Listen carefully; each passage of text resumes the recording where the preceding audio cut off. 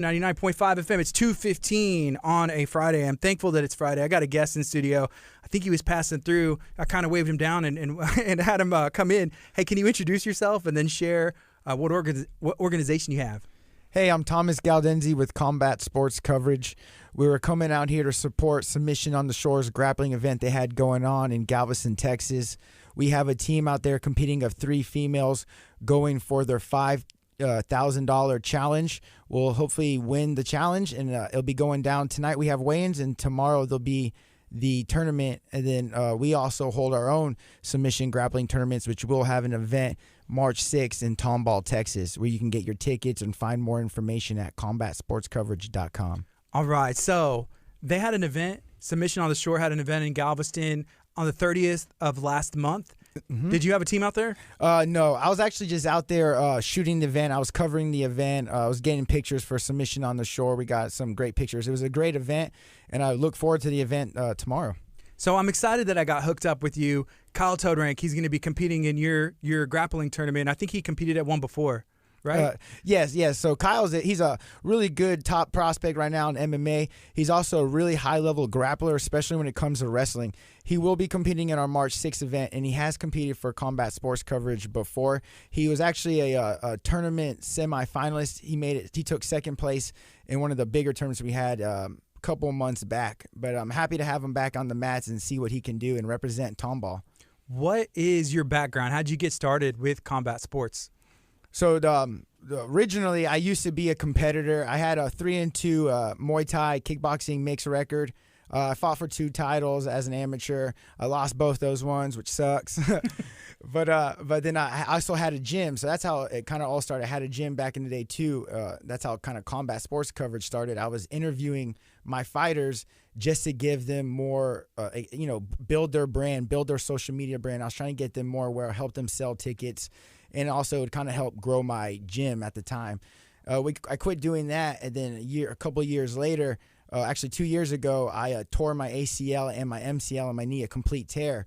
So while I was in a wheelchair for 3 months in the bed, just bored on my mind, I was like, let's get that combat sports coverage, interviewing and podcasts start going again. That's kind of where it all happened. When you say you had a gym, was it like a Muay Thai gym or a martial arts gym? Yes, it was a mixed martial arts gym. We specialty was mainly Muay Thai and striking and everything, but we also had coaches also helping with wrestling and jiu-jitsu. Okay, and then you started your podcast. You still have the knowledge, you still have the desire to be involved in the sport. Oh yeah. Was that easy to get into? Yeah, it was easy. I would say because I feel like the thing that kind of I liked about it is I was still so in love with the sport of mixed martial arts. I love competing. I love watching it, but I was hurt, so I was like I couldn't do it. But I was like, man, I still want to do something, and like, what can I do to still interact with combat sports coverage and fighting events, and that's kind of how it happened. Okay, the thing that I find interesting is you're, being a business person. Hey, I'm going to start a gym. I'm going to do this. I'm going to put on these events. It seems like it would be hard and difficult to do. Oh yeah, definitely. Especially running a gym. I give all these people that own gyms, man. I think that's probably one of the harder businesses to do. But I think it's really hard to do. That's why I don't do that anymore. I don't have a gym. My gym, we closed that down like a while ago. But everyone that does have a successful gym, I think that's really awesome because it definitely takes a lot of dedication. You have to be there. In the first couple of years, you're not going to you're probably not going to make a lot of money owning a gym. So those coaches and everyone that's really committed to their team and their staff, I think that's really awesome. Yeah, and there's a bunch of, Houston has a lot of great gyms, and even on this side of town, there's some awesome gyms. There's ACS, MMA, and then there's Premier Martial Arts where I will train, and then Texas Striking Academy with Joel. There's some top talent coming out, at least from this side. Tomball, is there a lot of gyms? Is there a lot of BJJ that goes down? Oh yeah. We have tons of gyms out here in Tomball. Joel's student, or I don't know, maybe co-owner, actually dominated our last tournament. Josh? Josh did our last one. He took on UFC veteran Melvin Gillard, and he did the cash bracket. He went through 3 guys to win the tournament in under a minute. It was insane. It was like 15 to 20 seconds. Yeah. 15 to 20 seconds. Just smashing through everyone. All like he also got like crazy leg locks, like I think it was like a flying armbar. It was insane. That guy's insane. Yeah. Was that expected? Josh is very confident and he's very good. And if I had asked him before, hey, how's this going to end? He'd probably be like, I'll end it all in 20 seconds. I guess what was the feel in the building? And I did see a little bit of a live stream of that, but did people expect that to happen, or were people shocked? People were shocked, especially like his first match. It was against Melvin Gillard, longtime UFC veteran, probably had over 25 UFC fights. He's also fought all over. So, and he also came in a little bit heavy. Melvin did, so he was a little bit bigger than Josh, and he has all that experience. You would think, oh man, you could feel the energy when they went against each other. But then Josh just took him out in a matter of seconds. And then after that, everybody got quiet because, one, he also hurt Melvin when he tapped him off a heel hook. It hurt his ankle pretty bad. He was wearing shoes, so I think it made the submission worse. But after that, all the other guys in the tournament were like, okay, yep, we're not winning this one. Yeah, shout out to Josh Altum. I've been trying to get Josh in studio, and I've had the opportunity to interview him a couple times out of studio, but he keeps his head down. Like, I even saw on his social media him training like in the snow. Like, there was no power going on, and he's like, hey, on weight, I'm ready to go, and news coming soon. There's always something. But how did you get hooked up with Melvin Gillard? Actually, I just kind of reached out to him. I told him we have an event going down, and we just worked out to get him out here. He was actually really cool. He's actually wanting to come out to this March event, but I told him to wait until our next event, which we're going to have in summer, and he'll be returning. Okay, so someone hasn't been to one of your events before. What's the format? What can they expect when they walk in?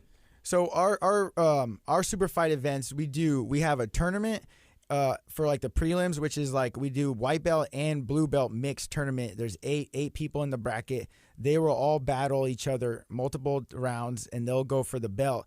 And then we also have for the main card super fights, which is 1 round, 6 minutes, and they'll battle for submission only. If they don't get a submission, most of the time it'll be a draw, unless they're fighting for, like, let's say a super fight title, or if it's a cash match. What kind of rule set is there? Because that's always a little bit of drama. Our rule set is actually really, really easy because when we first started doing the tournaments, I was the first ref, and I'm not really mainly a jiu-jitsu guy. I'm more of a striking guy. So I try to keep it basic to wrestling because I wrestled all through high school, so I kept it more wrestling-based. So the rules are pretty easy. It's just submission only. Any submission goes. You can slam. No WWE slams or choke slams. Those are the best ones. Yeah, exactly. Right? Some guys will do it, though. It's crazy, but it's real fun. I love them. Yeah, that's always good to have those rules. Like, oh, you can slam, but take it easy, exactly. Right? Okay. And who's invited? Who do you think would enjoy this event that you have? Man, anyone. Everyone comes out, always has a good time. There's something about our events. It's not like a normal jiu-jitsu tournament or a normal jiu-jitsu super fight. We really try to make it like an MMA event. We try to, we put on excellent matches, really exciting matches. We have music going. We have photographers there taking pictures of everyone. We got just a lot of stuff going on there. We usually have a lot of sponsors come out too, and they'll sponsor our events, which we give out with your tickets. You get free raffle tickets, and you can win a bunch of free prizes from our sponsors like CBDism, Gold's, BJJ, and plenty more. All right. So you were on the way to Galveston. There's an event taking place. What do you have going on there? Oh, so we have a team of 3 females that will be competing. It's kind of crazy how it happened. We got our team put together this past Sunday. So it's all these teams have been probably on the roster for a couple months. And we put a team together. A team fell out, and they're like, hey, we need a team. And I was like, let me see if I can get a team together, and we'll come out there. I want to try to compete for that $5,000, It's a good prize. So I got 3 girls. I put a message out on social media. We ended up getting 3 girls. 2 of them were from out of town, and 1 was locally, but they're all coming over right now. They're all on their way actually to Galveston right now to do the weigh-ins, and they're all 3 brown belts. The team weight is really close to the max, which is 420, which I think is good for us as a team. We got really good, strong brown belt girls, all brown belts. I think we're kind of like a dark horse in the tournament. I think people don't expect us to win, but I really think we're going to win it, and I think the girls are going to destroy it. So I was talking to Albert earlier this morning with Submissions on the Shore, and I said, is there a favorite? And he said, actually, there is, because you can put money down. There's like a line and a whole thing. I was like, there's a what? And I saw that you had posted on social media about this. Like, if you put $100 down, you can win $450 if we win the whole thing. I guess that it kind of caught me off guard because I was like, I didn't even know you could bet money on on something like this happening in Galveston, which is it's kind of different, but so it's like y'all are a dark horse for sure, right? Oh, exactly. Yeah. The betting odds, they had us kind of in the middle, which was okay. Like we're not like they didn't have us the lowest. Like some of the teams are minus 400, which means you bet 100, you would have won 500 because you get your 100 back plus the 400.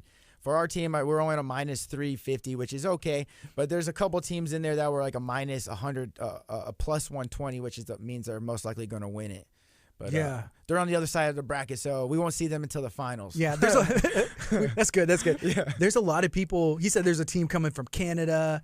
There's people coming from out of state, and then there are some Houston people as well. But it's exciting to me to see people coming from all over to come to this Houston area grappling jiu-jitsu scene. Even for you, is that exciting to see? Oh yeah, definitely.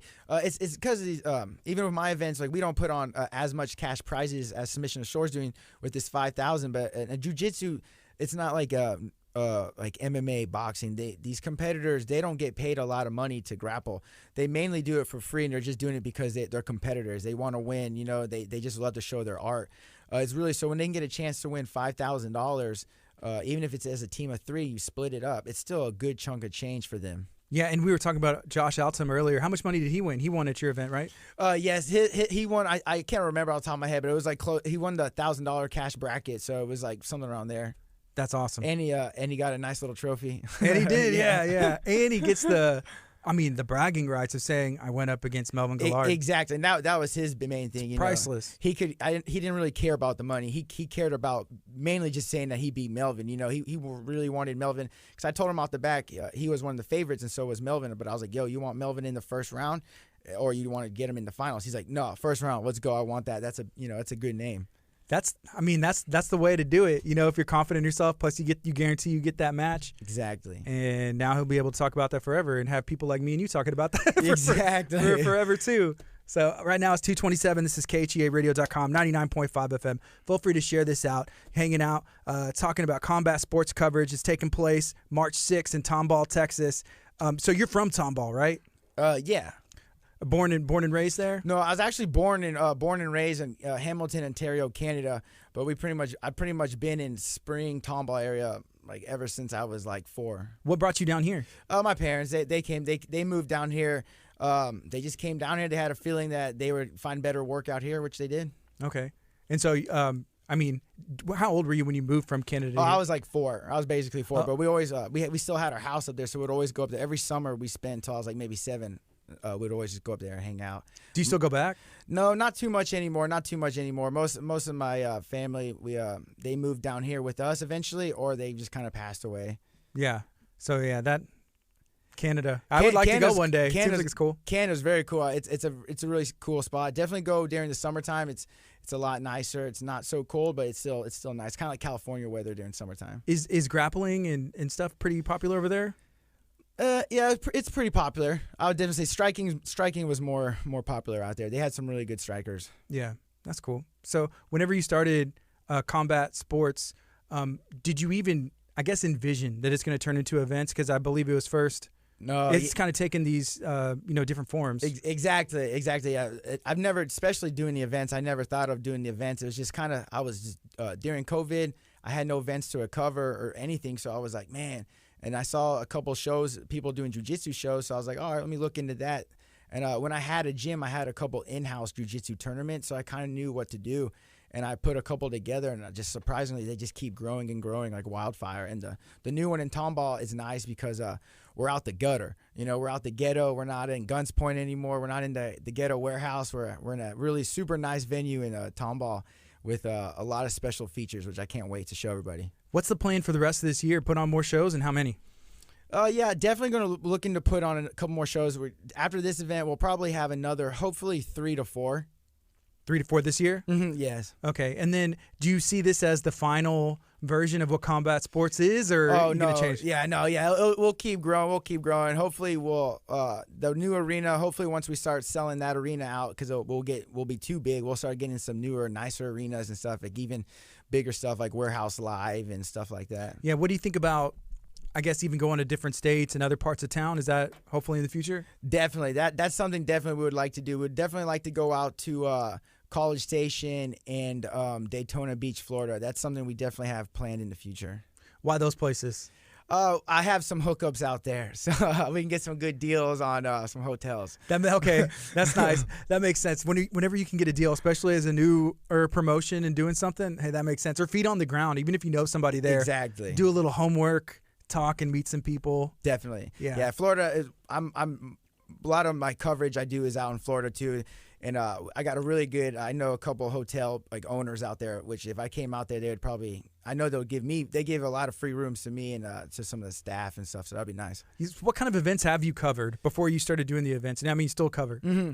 So I've pretty much covered everyone besides UFC. So Bellator, PFL, bare knuckle boxing, all the big boxing events, lion fights, Glory kickboxing. They're one of my main. Pretty much all of them besides really UFC. UFC, man, they're hard to get in there.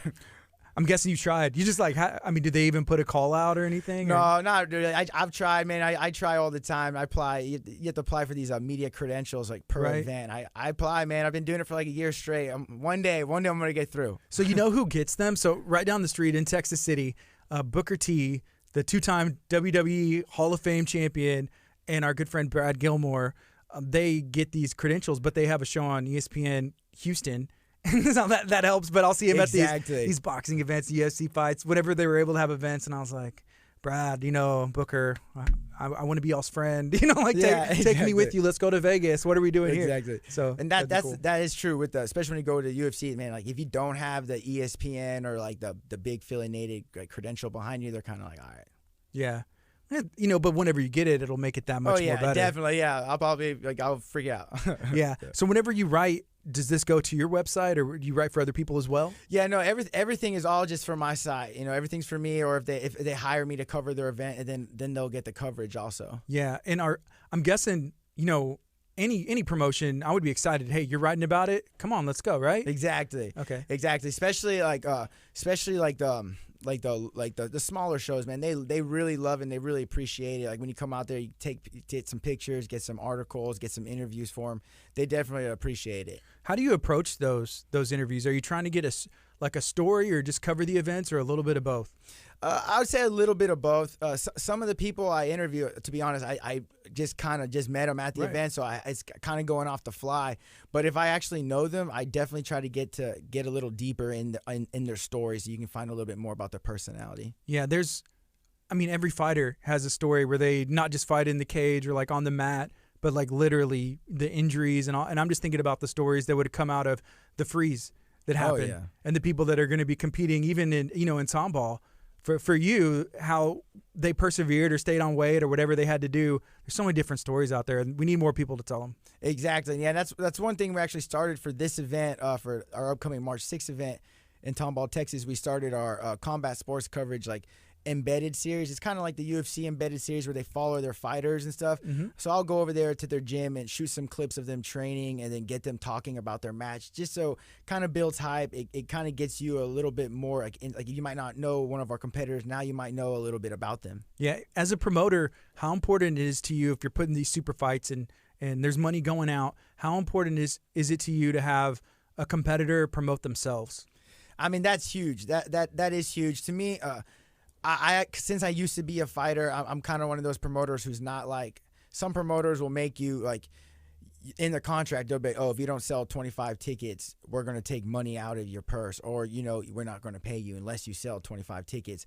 Me, it's not. I try to keep it more me. It's more me. It's my. If I'm the promoter, it's more my job. I feel not trying to put it so much on the fighters or the competitors, but the competitors, I love seeing it. When I see a competitor doing it, I'm like, oh, they're definitely coming back next time. You know what I mean? I definitely take mental notes, but I try, if they do it, they always get some commission and everything, but I try to put more on me, but when I see them doing it, it's definitely, I'm taking notes. Yeah. How important has social media been in the past couple of years? You mentioned wrestling on high school, competing, at a high level, and now from this side, how important and how has social media, I guess, transitioned over your career? You've seen? Social media is huge. To be honest, that's the only type of marketing I use is social media. So for my events, I don't buy any marketing. I don't pay anything. It's all just social media, social media, social media. and it works. Like I get all the tournaments, I get all these random new competitors, new people, and it's pretty crazy how they've just heard about it. I'm like, okay, awesome, and they're always super cool people too. Also, the other thing, have you seen a lot of people like itching to compete? Oh yeah. My DMs, man. I get all these people, man. Especially from also when I'm covering fights, I guess they think I'm like a fight manager too. So I get random people all the time just messaging me like. Just on the way here, we had this guy from like South Africa just blowing me up like, oh, I like to fight. I'm like, all right, Yeah, like I can try to help you. that may be the next step. Exactly, for you. that's something I've thought about too. Okay, awesome. Okay, so one more time, the event that's happening tomorrow. You have a team there. How can people check that out? So that will be on a Submission on the Shore. You can go to their Facebook page or I believe their website, and they should have a link where you can buy the pay-per-view, or you can come out to the Moody Gardens and come watch the event. The event doors open at 2 and the event will start at 3. There's 16 teams that will be battling to win $5,000. So our team, we are the combat sports coverage team. So if we're going to win it, we're going to have to beat 4 other teams, and which I definitely think we're going to do in our opening round of the tournament. We have team Black Hole from Las Vegas. So that's going to be really cool, and I definitely think we're going to win that and move on to the semifinals. That's awesome. And it's a really good test for this local talent. You said you had two girls that are local. Mm-hmm. That's awesome. Okay, and so your event is taking place on the 6th. How can people find out more information, get tickets? So you guys want to find out more about the combat sports coverage submission-only grappling event that we have going down in Tomball, Texas, March 6th. You can go ahead and buy the tickets or the pay-per-view online at combatsportscoverage.com, or go to any of our social media pages at Combat Sports Coverage. And then we'll have actually 3 super fight titles for the main event.